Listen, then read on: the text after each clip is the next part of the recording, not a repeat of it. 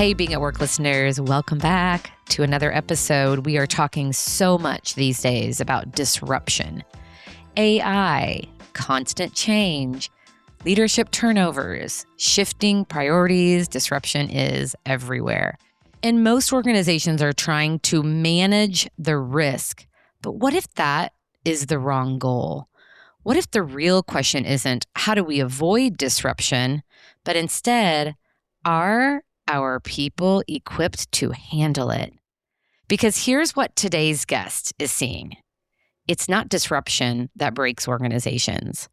It's what happens to trust in the middle of it. So today we are talking about something that's often felt but rarely measured. The word I just used, trust. And more importantly, we're going to talk about how leaders can build the kind of trust that actually increases an organization's ability to navigate change. So I am joined by the fabulous Kim Bohr, the expert behind organizational trust elasticity.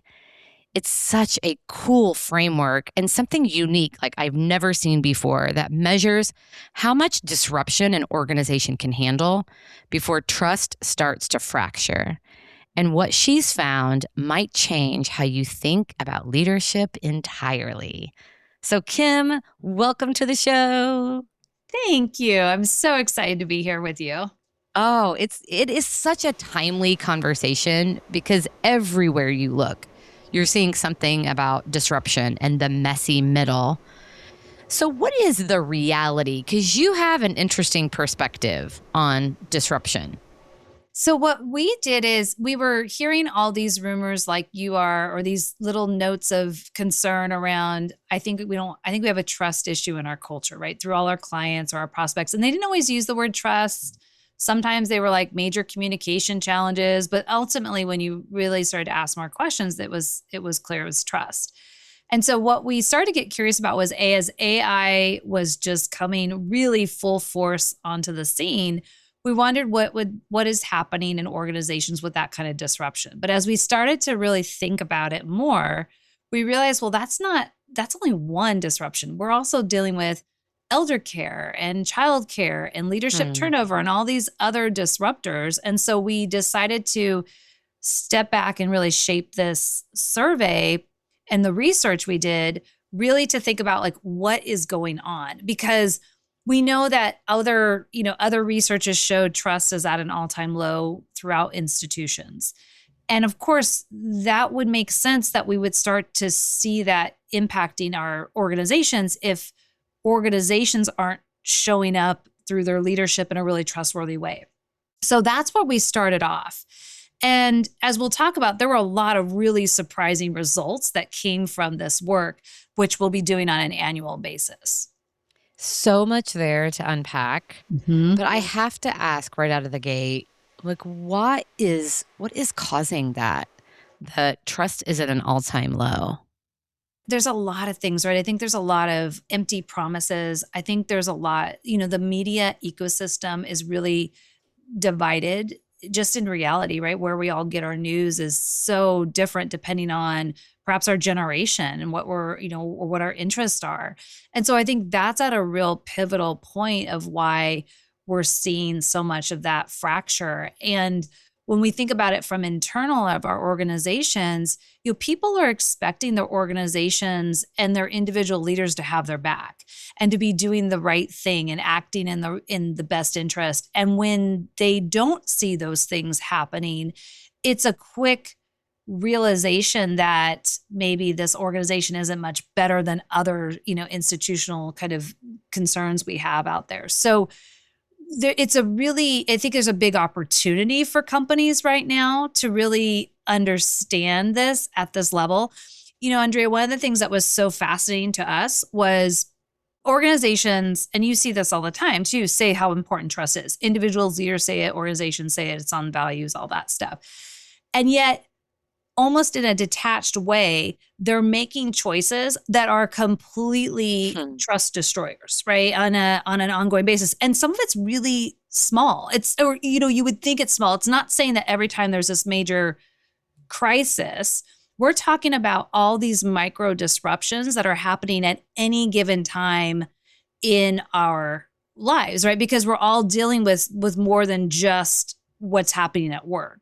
And so those are real opportunities that I think are being missed because there's somehow this detachment of like, well, of course we're trustworthy, but then we go and we do something that's completely counter to that. So why should I care about trust as a business owner, business leader?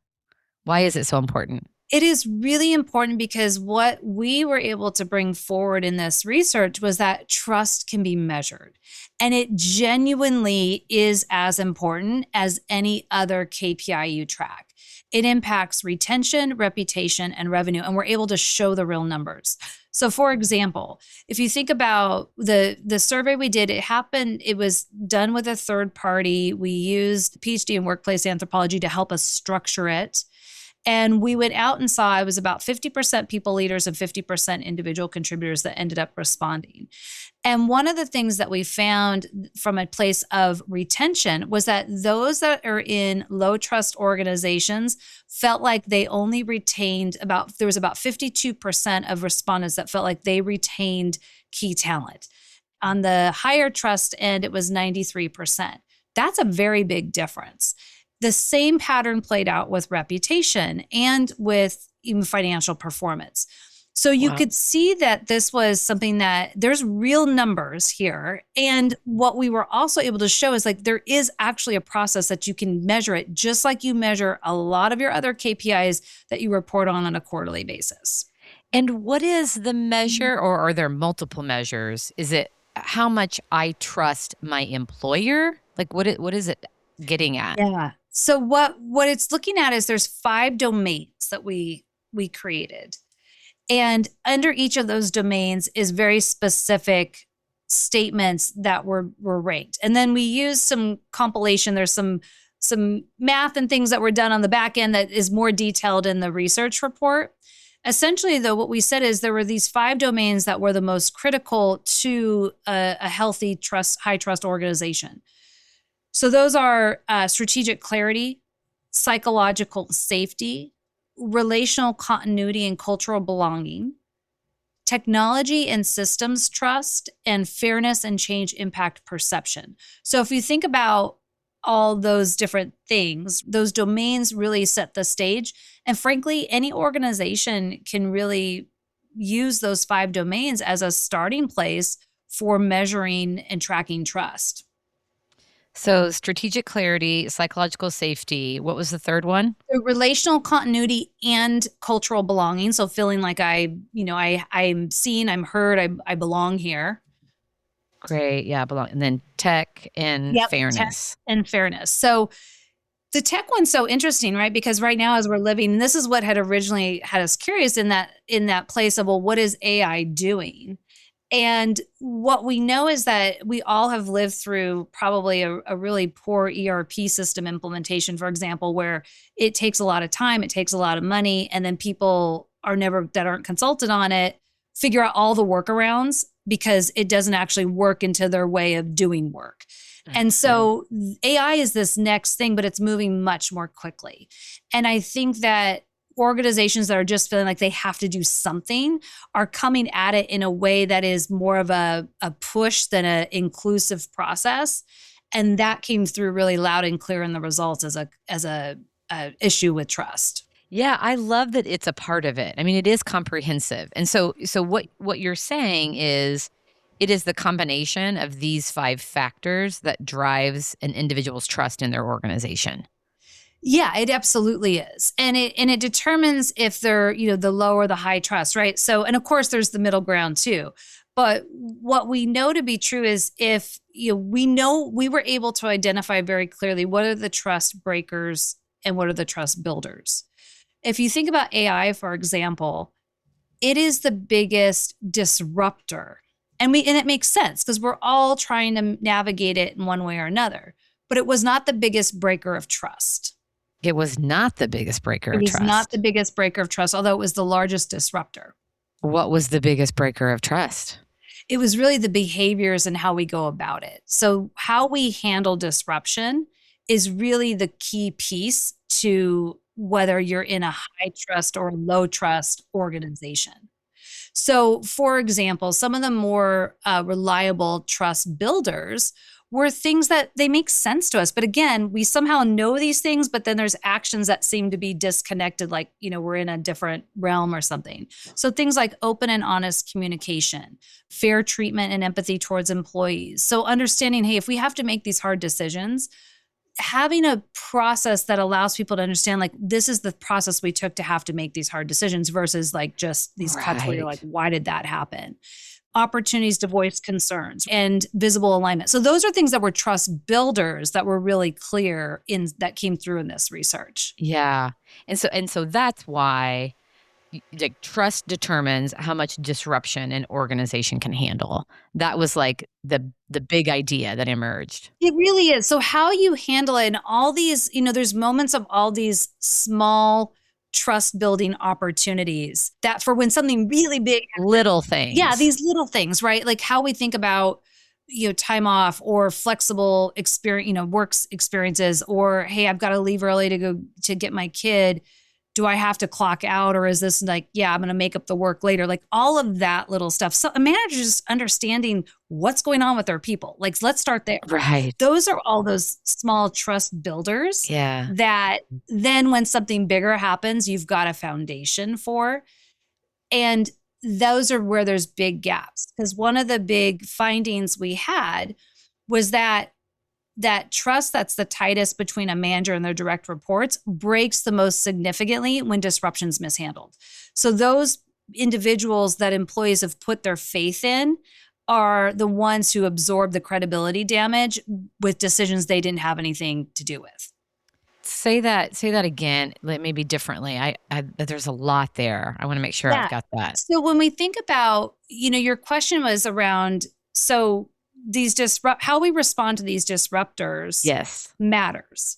Yes. And yes, it absolutely matters. And what we also know that the relationship between a leader and their direct reports, regardless of kind of where they are in the hierarchy, yes, it's the tightest from a trust perspective. It also shatters the greatest from a trust perspective when disruptions are mishandled. Yes.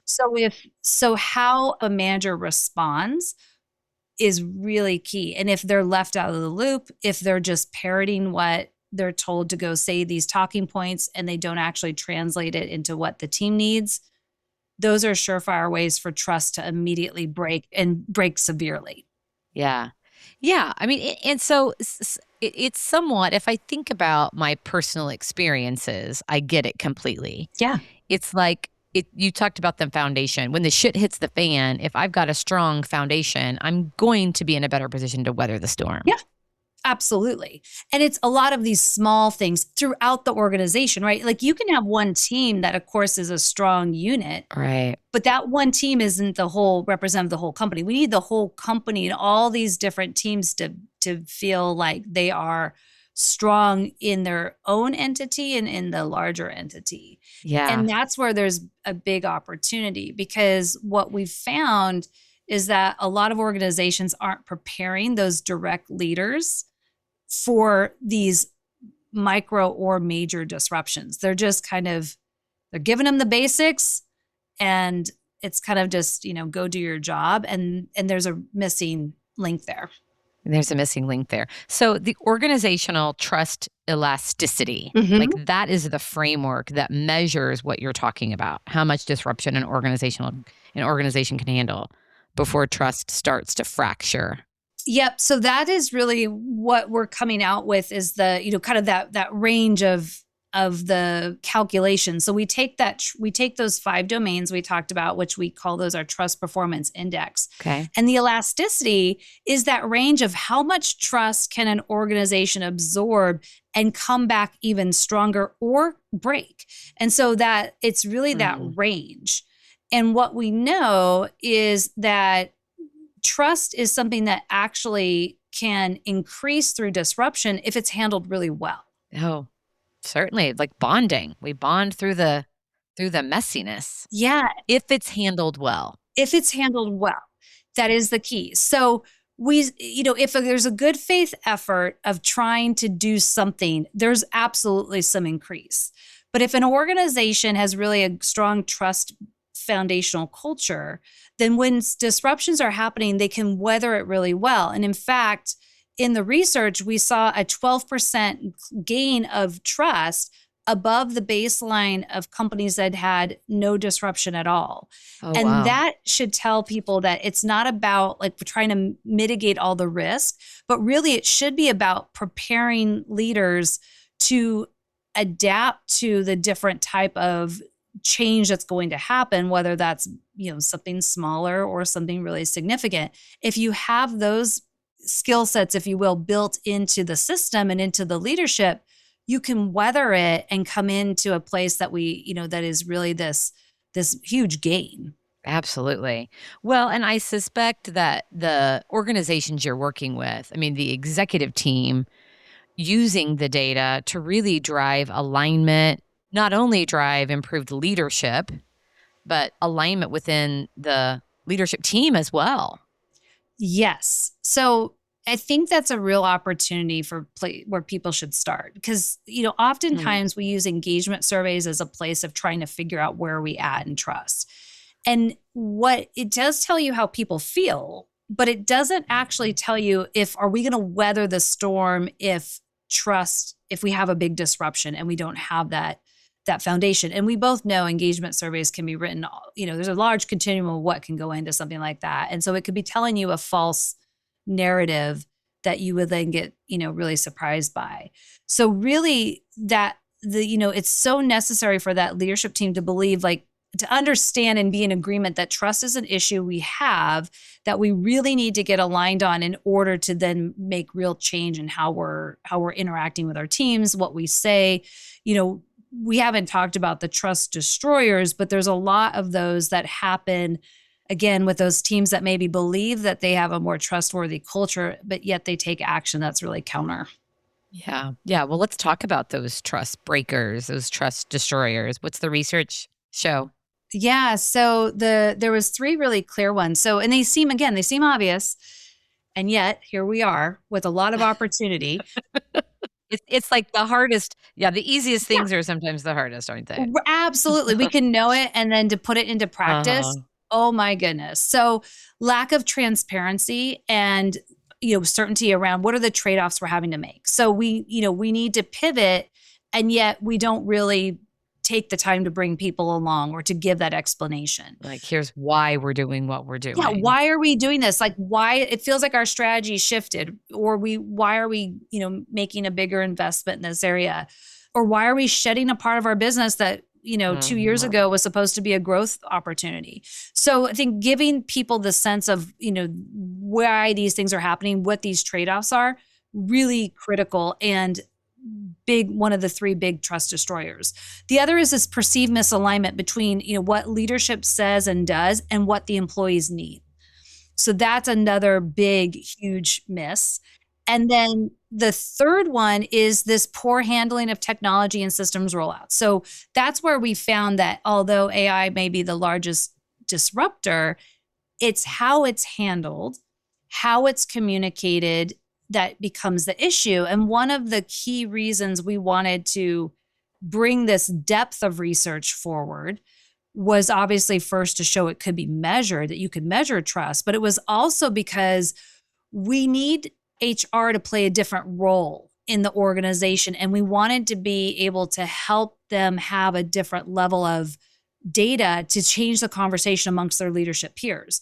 Because really, AI is a great example of a very, very people-centered transformation that they should be at the heart of and in partnership with, not an afterthought. And yet we're talking to organizations all the time where it's more the latter. And that's a problem because then they're brought in to clean up the mess. And that's never going to be easy. And probably a lot of money wasted at that point. What were you most surprised about in the data, particularly around the trust destroyers? Yeah, we were really surprised with the fact that those seem to be obvious, and yet we're dealing with organizations all the time that are completely doing all 3 of those things even at once. Yeah. And we see this when we in part of our business that has outplacement. When an organization needs to have a reduction in force or a separation, they can bring people through that transition experience. But what we've found, especially in this last couple of years, are people are really angry. And they're angry not because they've just lost their job. They're angry because they were treated with lack of respect. There was no understanding of why and how this is aligned. It felt like it was out of left field, all of those sentiments, Yeah. which then it goes back to the stats we talked about earlier. That's going to impact your reputation because those people still know people inside the organization. And I will tell you, they are having conversations, and you can bet those people inside the organization aren't having the same kind of positive experience when they know their colleagues have been mistreated when a decision had to be made. So these are things that you can do. You can make those hard decisions and do it in a way that is fair and has clear communication and all those things.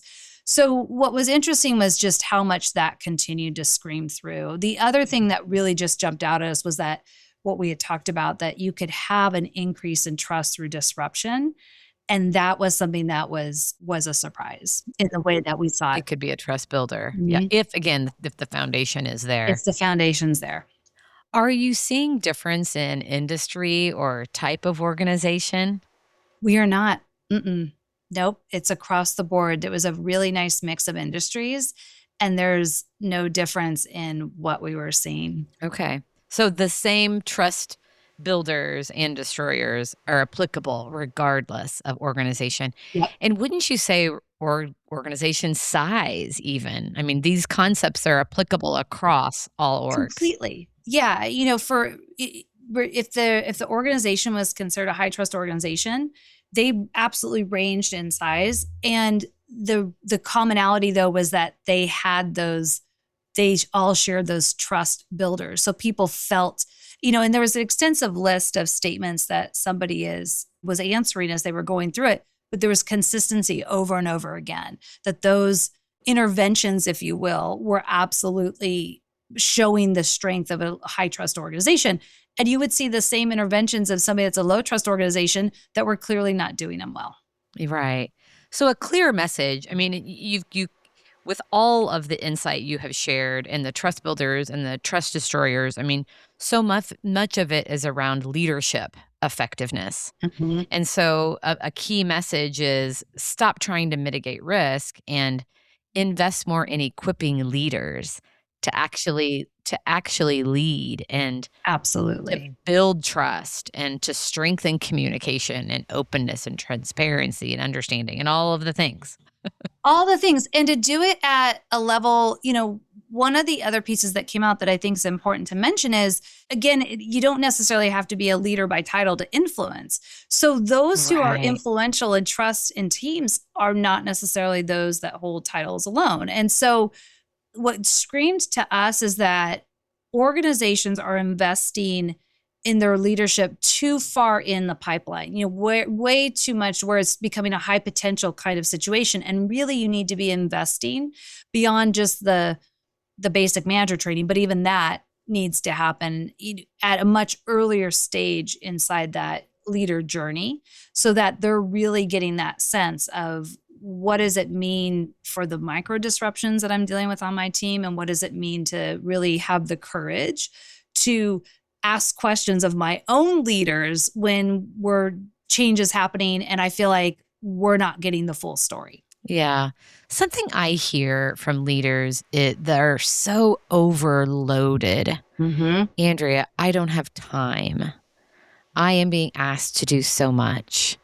How do you respond to that?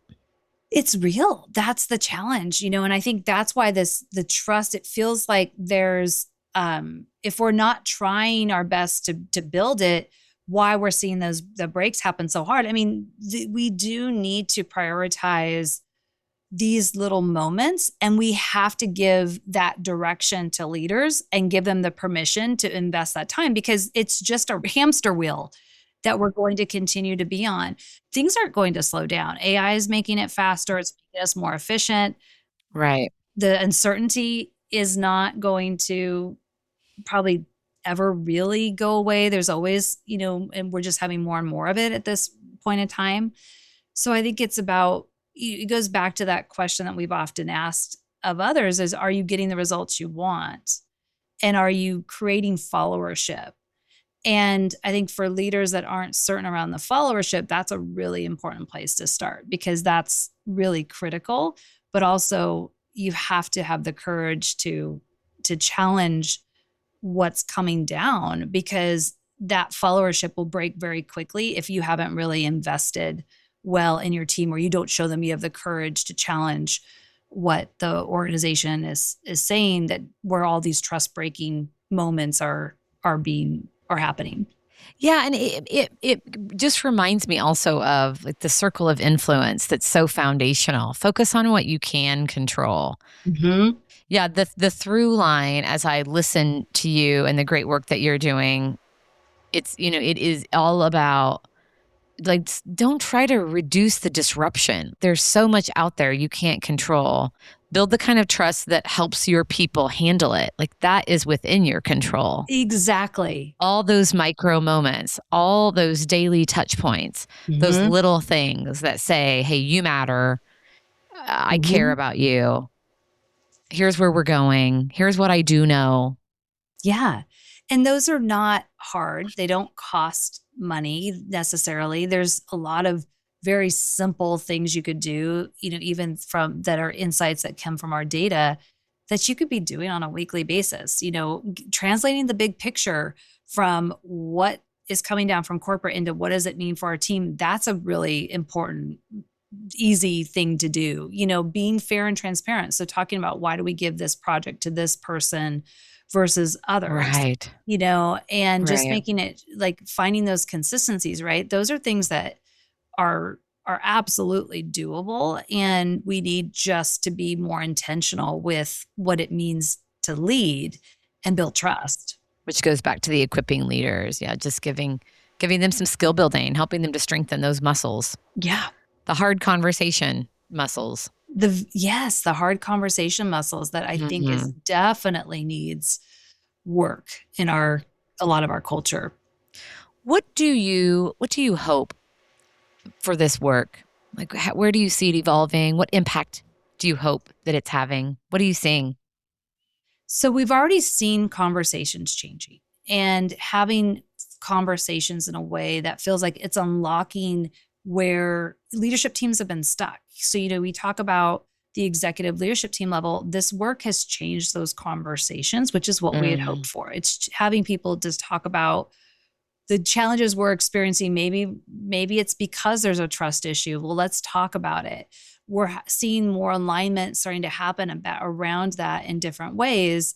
And that's what we want to have happen. We want this conversation on trust to be seen as a strategic business conversation because it's absolutely undermining leadership and business performance because it's been stuck in this squishy place. And we're showing that it really is time for it to be brought in with all those other KPIs metrics. That's one of the things I most appreciate. I mean, is we all know how important trust is. Like we talk about it all the time, but you have definitely made it less squishy with the work that you all are doing and the tools that you have. Absolutely. And we'll continue to bring this out on an annual basis and really just continue to assess the state of organizational trust. And I suspect there'll be probably a lot of the same, but I think that's an important learning opportunity for all of us. And a measure that we can look to hopefully see improve. And we will put the results of that survey in the show notes so that our listeners can connect with it. Kim, thank you so much for all of the great work you're doing. And congratulations for your recent promotion to CEO of your organization. Thank you.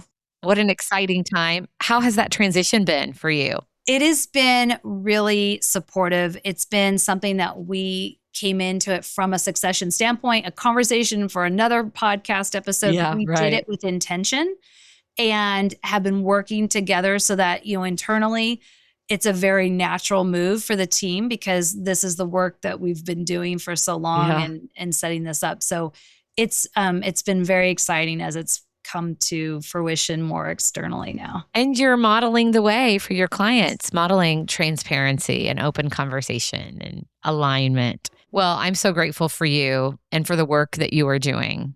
Thank you for this. If our listeners want to connect with you, where can they find you? LinkedIn is a great place to start. Obviously, we'll have the link in the show notes for where people can download this research because we want them to be able to have it and utilize it in the best way they can.